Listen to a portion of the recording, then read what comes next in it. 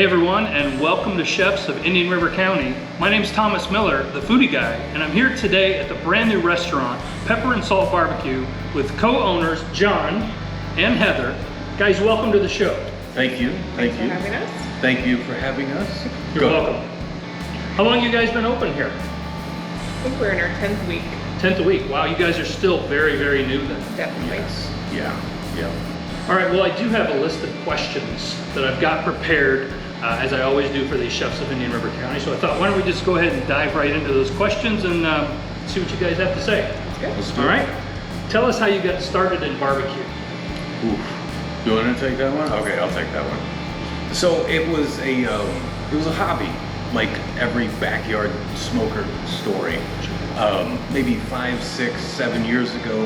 I'm not sure. I don't even know how old I am right now. But you know, it just gradually grew and grew into something that when I would say on Instagram or Facebook or something like that, friends would, you know, text me or call me, hey, can you smoke me a brisket, smoke me ribs or sausage or turkey or whatever. And sooner than later, I was smoking brisket on Thanksgiving, Christmas. brisket on Christmas. Sure you beats know. a turkey. It does beat a turkey. It does beat a turkey.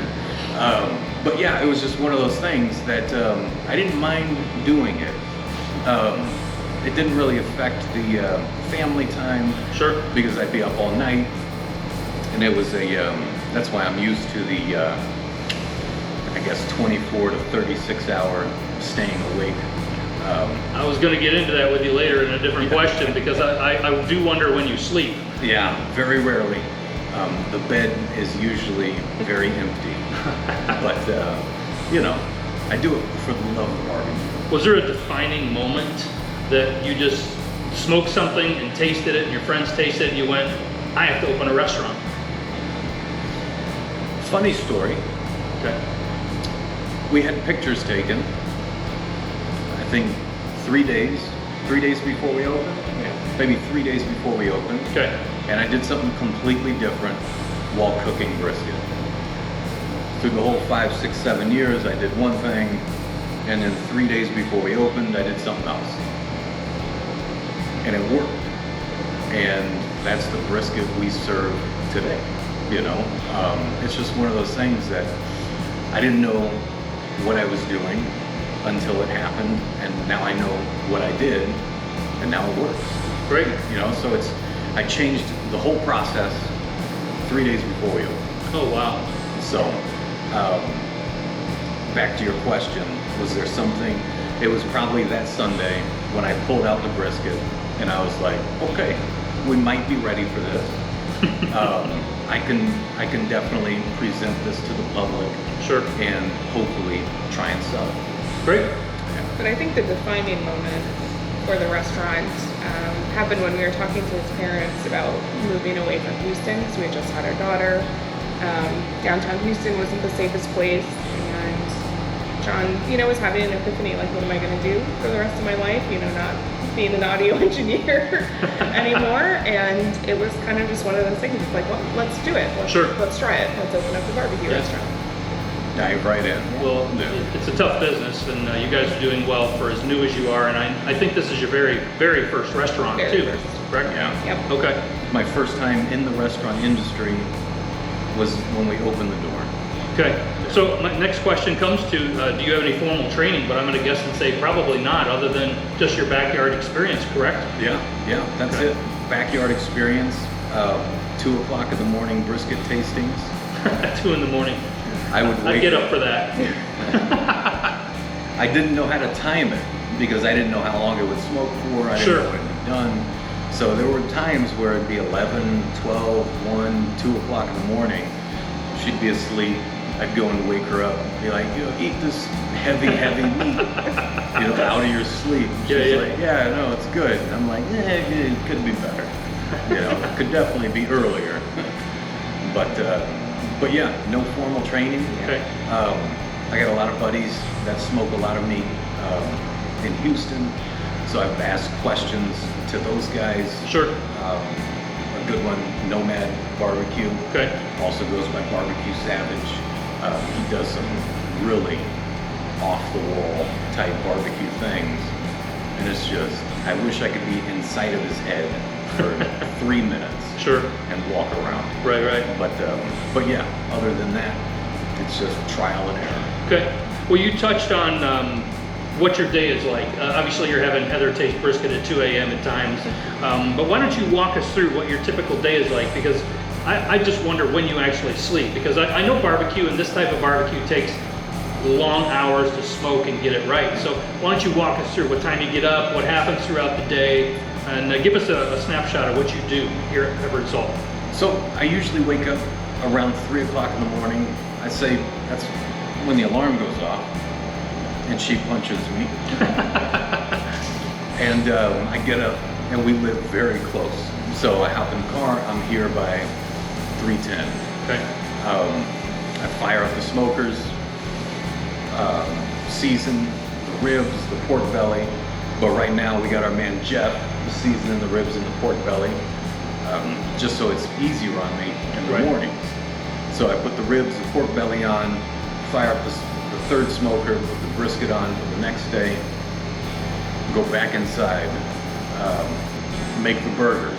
So on Wednesday, I usually grind all the meat, and then now I gotta hand form all these patties. Sure.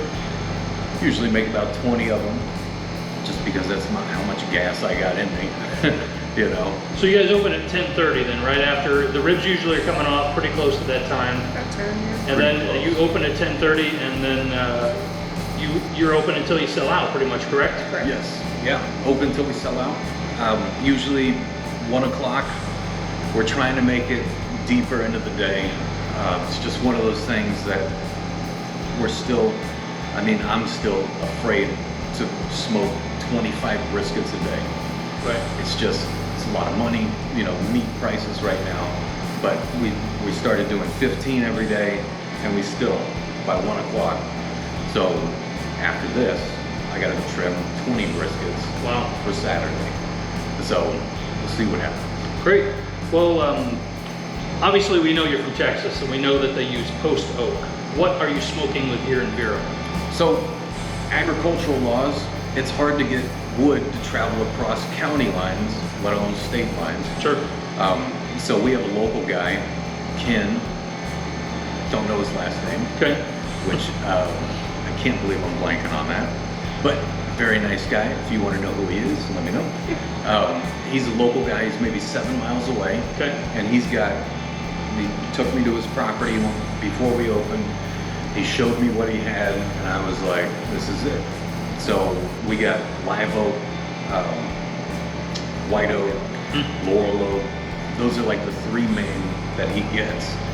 All naturally seasoned, so they don't have to be kiln dried. You know, they're not crossing county lines, they're not crossing state lines. So the sun's baking them. We're in Florida, 6-month period, pretty much bake out a log. Gotcha. To 15, 12%, which is really nice. Just smokes really well. Sure. Puts a great smoke on the meat. People seem to love it. Why do you like oak over the other woods? What's that? Why do you like oak over the other woods? Oak. I do long smokes. I mean, my ribs take, 6, 7, 8 hours.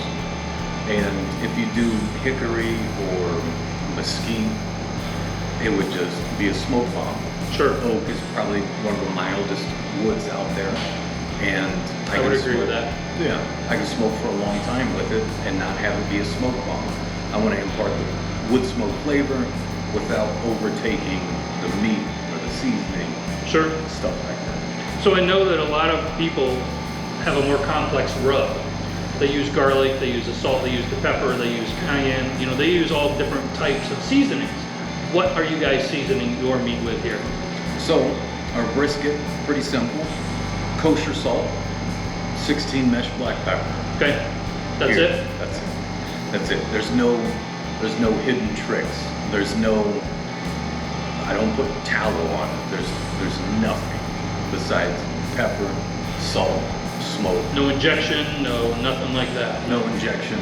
I don't even like getting shots, so me being around needles, you know. Of course. But, ribs, a little bit different. Granulated garlic, granulated onion, one other thing, two other things. I can't even remember. Jeff knows. Paprika. Paprika. Paprika. Thank you. Yeah. Gives it a little more color. Exactly. Yeah, yeah. So I do paprika for color. It's definitely not for taste. Right, right. You know, so it's just one of those things that it's very simply seasoned. It's just smoked meat. You know, that's what Texas barbecue is. It's smoked meat, and people seem to like it. You know, I know I like it. I'm a fan now. This is the first time I've had Central Texas barbecue. I've been wanting, as I mentioned to you guys earlier, wanting to go to Austin and spend a week and go to all the places you hear about and try all that barbecue. And you guys moved into my backyard. I'm like 10 minutes away from here, and you know, when I gotta get that brisket craving, I can drive over here and pick something up from you. So that's great. So I guess, and we may have covered this, what really makes it Central Texas style barbecue? What about your barbecue is truly, quote unquote, Central Texas? So I'm from Texas, and growing up, it's always been about the beef, right? So our sausage is beef. We do brisket. It's not really a pork-friendly menu. No pulled pork kind of stuff then. Exactly. Gotcha. I mean, we do pork belly, we do pork spare ribs, but we're more beef-based than anything. One of our first specials was the burger, right? So, you know, that's beef. But that's not a Central Texas thing. That's kind of a John and Heather thing. Kind Exactly. Of. You wanted to offer something a little different.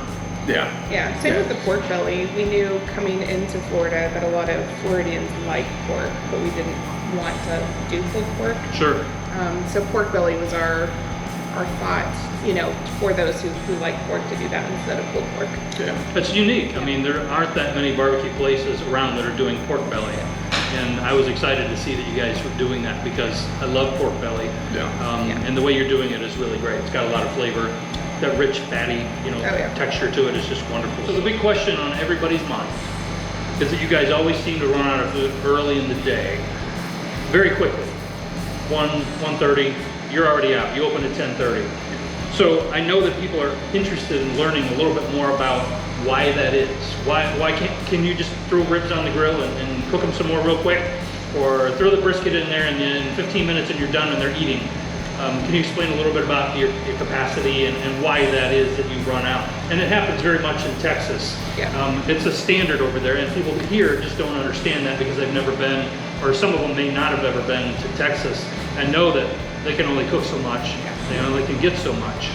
But I'll let you explain it a little bit. I think to start, you know, this being our first restaurant, when we were planning it out, there's a ton of reservations, right? We're doing this. There's no big corporate backing, you know, it's all a family-run thing. And so when we were planning it out, we thought, oh, 2 500-gallon smokers, that's going to be a ton. You know, how many briskets are we going to make a day? Maybe 3. Yeah. That was not the case, you know. And so it was hard to judge. You know, we didn't know how. I mean, Vero's been so supportive of us since we opened, and we had no idea that was actually going to happen. So we thought we had ordered enough smokers for what we assumed we were going to be cooking, and They were expensive. yeah, They're expensive. they're Right. expensive. You know, Right. and it's tough to order more when you have no clue. Plus they're all custom made, right? I Yeah. mean, I saw your big smoker out back, that's the newest one, and I mean, you know, that's custom hand built, welded, that takes time, sourcing materials, and as we all know, the, you know, supply chain these days isn't as friendly as it used to be. Yeah. Yeah, but that was the biggest thing, I think, just the unknown of what was going to happen. Like, we always joke to this day about how we thought our very first day we were going to make 3 briskets, and that would have lasted 5 minutes, right? 5 minutes, yeah, you absolutely. know, so, you know, Yeah. and he can go into how long it takes to cook everything. Yeah. I mean, you're talking brisket, it's a minimum 12 hours. I cook my briskets a little hotter than a backyard smoker. Sure. The only reason I want to go home. Sleep is important. Yeah. It's if I did something at 2:25, I'd be there 20 hours. You know, and we're looking at no sleep when it comes into that, and I just can't do that. So brisket, a minimum of 12 hours, a maximum of 18. So I can't just throw one on. I'm never gonna reheat something from the day before, Right. because I can't do that. I can't make somebody who works hard for the money to pay for something like that. Sure. You know, I'm out here working hard, so hardworking people can come in and buy something from somebody who worked hard to provide it to them. That's great. That sounded better when it came out in my head. but that's what I'm looking for. And I can't even make you a burger in under an hour. Right. That's a minimum of an hour and a half of smoke. It's just the way smoked foods are prepared. We cook, nothing in our ovens in terms of meat, no ovens, no stove, only the sides. I don't even know how to turn the oven on. True. I don't. I almost blew up the kitchen trying to reheat the pilot light. That was crazy. I still have my beard. I was gonna say the beard's still intact, so it must not have been too bad. I've scorched it a couple times. That's been funny. But yeah, we run out of food because I can only make so much. I'm one guy. Nobody else here smokes stuff besides Jeff, who yesterday smoked a little bit of sausage. Sure. I'm not saying he was the reason it was dry, but well, he's the new guy. The only variable. You gotta blame it on the new guy. I felt the bus coming for me. I knew I was going under it. That was the Amtrak problem. No. That was all my fault. That was my fault. But yeah, I can't throw something on, so I can only smoke to my capacity and the capacity of the smokers. We have a new smoker that doubles our capacity. And like I said a little bit earlier, it's tough to put $2,000-$3,000 worth of meat on the smoker. Right. And then praying that it sells. Well, I can't help but my nose is loving what's in front of us, and I did request that we taste a little something during the interview here, and we have some of their ribs. Ribbies. They ran out of brisket today, as they always do, but John did save me a couple ribs. We're all going to take a quick bite here and kind of tell you what we think about it, and everybody's going to just kind of have a little opinion about it. Obviously, I want to hear what these guys have to say, tasting their own food. I haven't eaten your food in a long time. Me neither.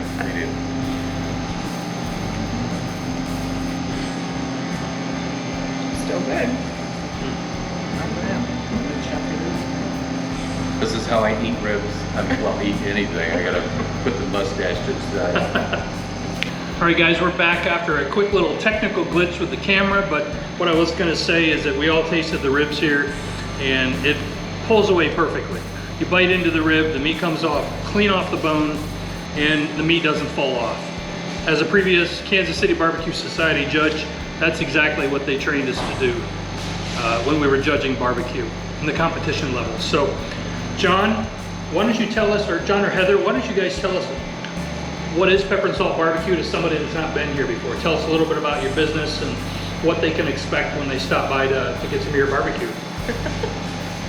I think the biggest thing again is we kind of classify ourselves as Central Texas style barbecue, but we really, I think at the heart of things, want to make everyone feel like they're friends and family. We have a lot of regular customers that we really appreciate, lots of support. I think the whole community of Vero has been just massively supportive of us, which has been fantastic. So we want to be that friendly place. I think everybody knows if they come in and we're out of food, we try to give away as much as possible to make up for it. And I think that's important. Community is important to us. Family is obviously very important to us, and a love of food. I think John and I are both foodies at heart. Most restaurant owners are. Yeah. He can, he judges me for the amount of money I spend on dinners, but. We gonna talk about that Las Vegas thing again? Well worth it. Oh my God. But that's the biggest thing. I think we're friendly people. We love talking to people. We love making new friends. So I'm going to wrap it up there. Sure. You guys have been awesome. Thank you so much for the sampling of the rib. I am going to finish that off camera. Nice. I'm not letting that go to waste. But guys, thank you so much for tuning in to Chefs of Indian River County here at Pepper and Salt Barbecue, and we will see you in the next episode. Thank you, guys.